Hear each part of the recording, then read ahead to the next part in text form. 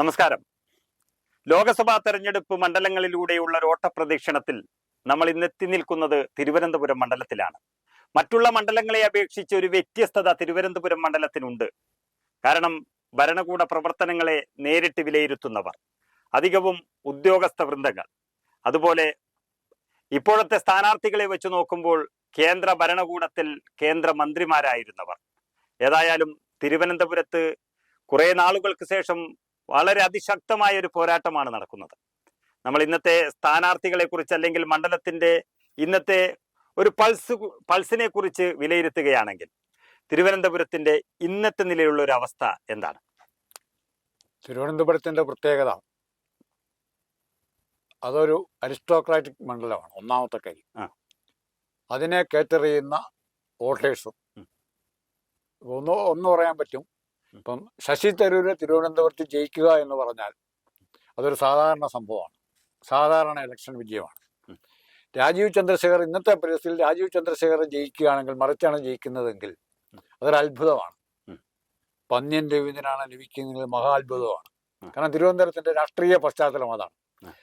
പ്രബലമായ കക്ഷിയായ കോൺഗ്രസും CPM ഒരു വശത്ത് നിൽക്കുകയും മറുവശത്ത് ഇപ്പോൾ വളർന്നു വരുന്ന BJP, മറുവശത്തുള്ളത് ദുർബലമായ ഇടതുപക്ഷ മുന്നണിയിലെ ദുർബല കക്ഷിയായ CPIയുടെ സ്ഥാനാർത്ഥിയാണ് അവിടെയുള്ളത്.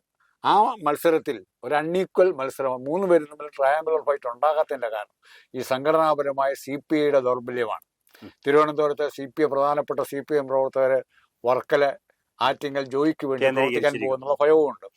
അപ്പൊ അതുപോലെ തിരുവനന്തപുരത്ത് ഇന്നത്തെ ഒരു സാഹചര്യത്തിൽ തിരുവനന്തപുരത്ത് ശശി തരൂറിന്റെ എളിമ, അതുപോലെ താങ്കൾ സൂചിപ്പിച്ചതുപോലെ ഒരു അത്ഭുതം നടക്കണമെന്ന് പറയുന്ന രാജീവ് ചന്ദ്രശേഖരൻ, അദ്ദേഹത്തിന്റെ സ്വഭാവത്തിലുള്ള ഒരു മഹാരാജ ഒരു ഫീലിംഗ്, അതുപോലെ നോക്കുമ്പോൾ പന്ന്യൻ രവീന്ദ്രൻ മുൻകാലത്ത് അവിടെ MP ആയിരുന്ന ഒരു വ്യക്തിയാണ്. 3 പേരെയും ഇപ്പോൾ താങ്കൾ പറഞ്ഞതുപോലെ ഒരു താരതമ്യം നടത്തി. എങ്കിലും മേൽക്കൈ ആർക്ക് എന്ന് പറയാൻ കഴിയുമോ ഈ ഒരു അവസരത്തിൽ?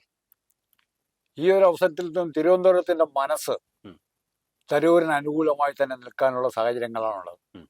മറിച്ച് ഒരു ഓൾട്ടർനേറ്റീവ് അവരുടെ മുമ്പിലില്ല. ഇപ്പൊ പന്ന്യന രവീന്ദ്രന് വോട്ട് കൊടുക്കുന്നത് കൊണ്ട് എന്ത് പ്രയോജനം എന്ന് ചിന്തിക്കും. രണ്ടാമത്, നമ്മൾ ആദ്യം തന്നെ പറഞ്ഞു, തിരുവനന്തപുരത്തിന്റെ എഡ്യൂക്കേറ്റഡ് ക്ലാസ് ആയുള്ള വോട്ടേഴ്സ് രാജീവ് ചന്ദ്രശേഖർ വെറുതെ അങ്ങ് മുമ്പിൽ വന്ന് നിന്നാൽ കാര്യമില്ല. രാജീവ് ചന്ദ്രശേഖരന്റെ ക്രെഡൻഷ്യൽസ് പറയാൻ പറ്റണം. കേന്ദ്രമന്ത്രിയാണെന്ന് പറയാൻ പറ്റും. പക്ഷേ ബാംഗ്ലൂരുകാർക്ക് വേണ്ടി, കർണാടകത്തിന് വേണ്ടി രാജീവ് ചന്ദ്രശേഖർ എന്തു ചെയ്തു എന്നുള്ള ചോദ്യം ചോദിക്കാൻ കഴിവുള്ളവരാണ് തിരുവനന്തപുരത്തെ വോട്ടർമാർ. തീർച്ചയായും തിരുവനന്തപുരത്തെ വോട്ടർമാർ എന്ന് പറയുന്നത് വലിയ സമരങ്ങൾ കണ്ടു വളരുന്നവരാണ്. ഏതാണ് സത്യം, ഏതാണ് മിഥ്യയെന്ന് തിരിച്ചറിയാൻ അവർക്ക് ആ സമരത്തിന്റെ കാലഘട്ടങ്ങളിലൂടെയെല്ലാം കടന്നു വന്നവരാണ്. അപ്പോൾ ഇന്നത്തെ തിരുവനന്തപുരത്തിന്റെ അവസ്ഥ മാത്രമല്ല, നമുക്ക് ചരിത്രം വച്ച് നോക്കുകയാണെങ്കിൽ മികവുറ്റ സ്ഥാനാർത്ഥികളെ മാത്രം ജയിപ്പിച്ചിട്ടുള്ള മണ്ഡലം എന്ന് പറയാൻ കഴിയുമോ? അങ്ങനെ മാത്രം നമുക്ക് ഒറ്റയ്ക്ക് പറയാൻ പറ്റില്ല. ഇതുപോലെ തന്നെ മറ്റു മണ്ഡലങ്ങളിലെല്ലാം പ്രമുഖനായിരുന്ന ONV കുറുപ്പ് തിരുവനന്തപുരത്തെ സാംസ്കാരിക മണ്ഡലത്തിന്റെ നേതാവ് നമ്പർ 1 എന്ന് പറയാം. ഈ ONV കുറുപ്പിനെതിരായി മത്സരിക്കാനായി കരുണാകരൻ അല്ലെങ്കിൽ കോൺഗ്രസ് കണ്ടെത്തിയത് A. ചാൾസിനെയാണ് കണ്ടെത്തിയത്. അപ്പോൾ A. ചാൾസിനെ ഇൻട്രൊഡ്യൂസ് ചെയ്തുകൊണ്ട് കരുണാകരന്റെ ഒരു വലിയ പ്രസംഗം ഉണ്ടായിരുന്നു. യഥാർത്ഥ രാഷ്ട്രീയ പ്രസംഗമായിരുന്നു അത്. നിങ്ങൾ ONV കുറുപ്പിന്റെ അടുത്ത് സമീപിച്ചാൽ നിങ്ങൾക്ക് മഹാഭാരതം പറഞ്ഞുതരും, ഗീത പറഞ്ഞുതരും, മറ്റ് കഥകൾ പറഞ്ഞുതരും, കവിതകൾ പറഞ്ഞുതരും, സിനിമാ കഥകൾ പറഞ്ഞുതരും. പക്ഷേ ചാൾസിന്റെ അടുത്ത് നിങ്ങൾ സമീപിച്ചാൽ നിങ്ങൾക്കൊരു റേഷൻ കാർഡ് പൂരിപ്പിക്കാനുള്ള മാർഗനിർദ്ദേശം അദ്ദേഹം നൽകും. ആ വ്യത്യാസം ഈ 2 സ്ഥാനാർത്ഥികളും തമ്മിലുണ്ട്. അത് ആ തെരഞ്ഞെടുപ്പിനെ തന്നെ മൊത്തം മാറ്റിമറിച്ചു. കരുണാകരന്റെ ആ വാക്കുകൾ തന്നെ ആ തെരഞ്ഞെടുപ്പിനെ മാറ്റിമറിച്ചു. ONV കുറുപ്പ് എന്ന ഒരു മഹാരഥന് അവിടെ തോൽവി ഏറ്റുവാങ്ങേണ്ടി വന്നു എന്നൊക്കെയുള്ള ചരിത്രമുണ്ട്. ഇന്നത്തെ നിലയിൽ രാജീവ് ചന്ദ്രശേഖർ പൊടുന്നനെ വന്ന് തിരുവനന്തപുരത്ത് നിന്ന് തിരുവനന്തപുരത്തെ വലിയൊരു സിറ്റിയാക്കാം, അല്ലെങ്കിൽ വിദ്യാഭ്യാസ രംഗത്ത് വലിയ മുന്നേറ്റം നടത്താം, വിപ്ലവകരമായ മാറ്റങ്ങൾ ഉണ്ടാക്കാം എന്നൊക്കെ പറയുന്നതിൽ എത്രത്തോളം വിശ്വാസ്യത അവിടുത്തെ ജനങ്ങൾക്ക് വന്നിട്ടുണ്ട്. അതുമാത്രമാണ് ഇന്ന് BJPയെ ഒരു വലിയൊരു ഫൈറ്റുണ്ട് തിരുവനന്തപുരത്ത് എന്നുള്ളത് അങ്ങനെയൊന്നാക്കി മാറ്റുന്നത്. കാരണം രാജീവ് ചന്ദ്രശേഖർ കഴിവുള്ള ആളാണ്. ശശി തരൂർ ഏതായാലും വിശ്വപൗരനാണ്. അതുപോലെ രാജീവ് ചന്ദ്രശേഖർ എന്ന ഒരു പുതിയൊരാളെ പരീക്ഷിക്കാൻ തിരുവനന്തപുരത്തിന് കഴിയുമോ എന്ന് BJP പരീക്ഷിക്കുകയായിരുന്നു അവിടെ. അത് എത്രത്തോളം സാധ്യമാകും, അല്ലെങ്കിൽ അതിലവർ പരാജയപ്പെടുകയാണ് യഥാർത്ഥത്തിൽ കേരളത്തിലെ BJPയെ മനസ്സിലാക്കാൻ BJPയുടെ കേന്ദ്ര നേതൃത്വത്തിനോ കേരളത്തിലെ സാധാരണ അണികൾക്കോ പറ്റിയിട്ടില്ല. കഴിഞ്ഞ 2019 തെരഞ്ഞെടുപ്പിൽ BJPയുടെ ആഭിമുഖ്യം പുലർത്തുന്ന ഒരു വാർത്താ ചാനലിലെ പത്രാധിപർ ഒരു ഇന്റർവ്യൂവിൽ പറഞ്ഞു, എത്ര സീറ്റ് ജയിക്കുമെന്നുള്ള ചോദ്യത്തിന് ഉത്തരം പറഞ്ഞത് 2019 BJP 20 സീറ്റും ജയിക്കുമെന്നാണ് പറഞ്ഞത്. ചിരിച്ചുകൊണ്ടാണ് അദ്ദേഹം പറഞ്ഞത്. എന്നിട്ട് പരിഹാസത്തോടെ പിന്നീട് അദ്ദേഹം പുറത്തിറങ്ങിയിട്ട് പറഞ്ഞു, ഇവരെല്ലാം പറയുന്നത് ഞങ്ങളെല്ലാം മോഡിയുടെ കാര്യം മാത്രമേ ഇവർക്ക് പറയാനുള്ളൂ. ഇവര് കേരളത്തിൽ എന്ത് സ്വന്തമായി BJP എന്ത് പ്രവർത്തനം ചെയ്തു എന്ന് പറയാൻ ഈ നേതാക്കന്മാർക്ക് സാധിക്കുന്നില്ല. എല്ലാം മോഡിയുടെ പേരിൽ. അപ്പൊ മോഡിയാണ് എല്ലാ സീറ്റിലും മത്സരിക്കുന്നത് എന്ന് കളിയാക്കിക്കൊണ്ട് അദ്ദേഹത്തിന് പോലും പറയേണ്ടി വന്നു. ആ പിൻബലത്തിലാണ് രാജീവ് ചന്ദ്രശേഖർ മത്സരിക്കുന്നത്. അത് തന്നെയാണ്. അപ്പോൾ മോദിയുടെ പേരും പറഞ്ഞ് മത്സരിക്കുകയാണ് എല്ലാ മണ്ഡലങ്ങളിലും. പൊതുവെ വ്യത്യസ്തങ്ങളായ 1-2 മണ്ഡലങ്ങൾ BJPക്ക് ഒരു മുന്നേറ്റം നൽകുമെന്നൊക്കെ ആദ്യഘട്ടത്തിൽ ഒരവസ്ഥയുണ്ടായിരുന്നു. പക്ഷെ അതൊക്കെ മാറി എന്ന് തോന്നുന്ന ഒരു സാഹചര്യമാണ് ഇപ്പോൾ കേരള രാഷ്ട്രീയത്തിലുള്ളത്. പക്ഷെ രാജീവ് ചന്ദ്രശേഖറിന്റെ പേരിൽ ഒട്ടനവധി അദ്ദേഹം വ്യാജ സത്യവാങ്മൂലം സമർപ്പിച്ചു എന്നൊക്കെയുള്ള വാർത്തകൾ വന്നിരുന്നു. അദ്ദേഹത്തിന് ആകെയുള്ള 36 കോടി ആസ്തിയൊന്നുമല്ല. അദ്ദേഹത്തിന് സ്വന്തമായ ഒരു ചാനലുണ്ട്, സ്വന്തമായി ഒരു വിമാനമുണ്ട് എന്നൊക്കെയുള്ള അങ്ങനെയുള്ളൊരു വ്യക്തിത്വം. ഇത്രയും കുറച്ച് അദ്ദേഹത്തിന്റെ ആസ്തി കാണിക്കുക വഴി അദ്ദേഹം ആദ്യം തന്നെ പ്രബുദ്ധരായ തിരുവനന്തപുരത്തെ വോട്ടർമാരെ കളിയാക്കി എന്നുള്ള ഒരു വാർത്ത, അല്ലെങ്കിൽ അങ്ങനെയുള്ള ഒരു ചിന്ത തിരുവനന്തപുരത്തുകാർക്ക് വന്നിട്ടുണ്ട്. രാജീവ് ചന്ദ്രശേഖരൻ അങ്ങനെ കൊടുക്കാൻ പറ്റുന്നത്, തെറ്റായ സത്യവാങ്മൂലം കൊടുക്കാൻ പറ്റുന്നത് BJPയോട് ബന്ധപ്പെട്ട് കഴിഞ്ഞാൽ, അല്ലെങ്കിൽ മോഡിയുമായി ബന്ധപ്പെട്ട് കഴിഞ്ഞാൽ ഏത് കള്ളത്തരത്തിനും മാപ്പ് കിട്ടുമെന്നും ആ കള്ളത്തരം മറച്ചു വയ്ക്കാൻ BJP സഹായിക്കുമെന്നുള്ള ഉറപ്പുകൊണ്ടുകൂടിയായിരിക്കണം. ഇലക്ഷൻ കമ്മീഷൻ ആണെങ്കിലും അതിനുശേഷം കോടതിയിലേക്കാണെങ്കിൽ പോലും ചിലപ്പോൾ രാജീവ് ചന്ദ്രശേഖരന് ഈ ആരോപണത്തിൽ നിന്നും രക്ഷപ്പെടാൻ പറ്റുമെന്നുള്ള ബോധ്യം രാജീവ് ചന്ദ്രശേഖരനുണ്ടാവും. ഏറ്റവും വലിയ ഉദാഹരണം നമ്മുടെ പിണറായി വിജയനും ലാവ്ലി കേസും. സത്യം. അപ്പോൾ അങ്ങനെ സാധാരണക്കാരെ പറഞ്ഞു പറ്റിക്കുന്നത് പോലെ ഉദ്യോഗസ്ഥ വൃന്ദങ്ങൾ കൂടുതലുള്ള തിരുവനന്തപുരത്തെ പറ്റിക്കാൻ, അല്ലെങ്കിൽ ഒരു വ്യാജ സത്യവാങ്മൂലത്തിലൊക്കെ രാജീവ് ചന്ദ്രശേഖരനെ വിലയിരുത്താൻ പറ്റുന്ന ഒരു മണ്ഡലം തന്നെയാണ്. പക്ഷെ അദ്ദേഹത്തെ കൊണ്ടുവന്നത് നിർമ്മലാ സീതാരാമൻ്റെത് ഒരു സമയത്ത് നരേന്ദ്രമോദിയുടെ പേര് തന്നെ പുറത്ത് വന്ന ഒരു മണ്ഡലമാണ് തിരുവനന്തപുരം. അവിടത്തേക്കാണ് ഇപ്പോൾ അവിടുത്തെ കുമ്മനം രാജശേഖരനെയും അതുപോലെ രാജഗോപാൽ വാർദ്ധക്യ സഹജമായ കാരണങ്ങളാൽ മാറി നിൽക്കുന്നു.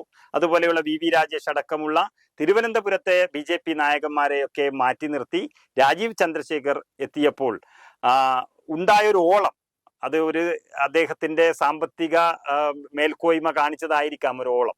പക്ഷെ അത് എത്രത്തോളം ഇപ്പോൾ ആ മണ്ഡലത്തിൽ നിലനിൽക്കുന്നു, അല്ലെങ്കിൽ ശശി തരൂർ എന്ന വിശ്വപൗരനെ തന്നെയാണോ ഇപ്പോഴും തിരുവനന്തപുരം മണ്ഡലം MP ആയി കാണുന്നത് എന്നുള്ളൊരു ചിത്രമുണ്ടോ?